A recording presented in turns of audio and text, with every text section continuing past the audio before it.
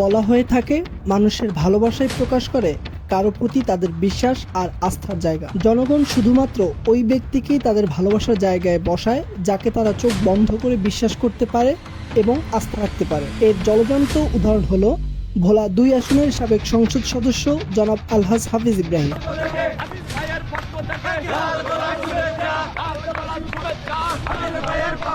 দীর্ঘ ১৭ বছর এক স্বৈরশাসনের পর মানুষ বুঝতে শিখেছে কাকে তারা চোখ বন্ধ করে বিশ্বাস করতে পারে, কে তাদের জীবনযাত্রার মানকে করতে পারে আরো সচ্ছল ও সুন্দর।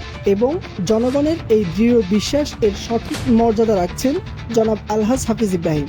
তিনি তার কর্মী এবং জনসাধারণের খোঁজখবর রাখছেন প্রতিনিয়ত, যার জন্য হাজারো কর্মব্যস্ততার মাঝে তার নির্বাচনী এলাকা ভোলা ২ আসনে পরপর আগমন ঘটে। তার নিজের নির্বাচনী এলাকার জনগণের জন্য অসীম আস্থা এবং বিশ্বস্ততার মাঝে কাজ করে যাচ্ছেন তিনি।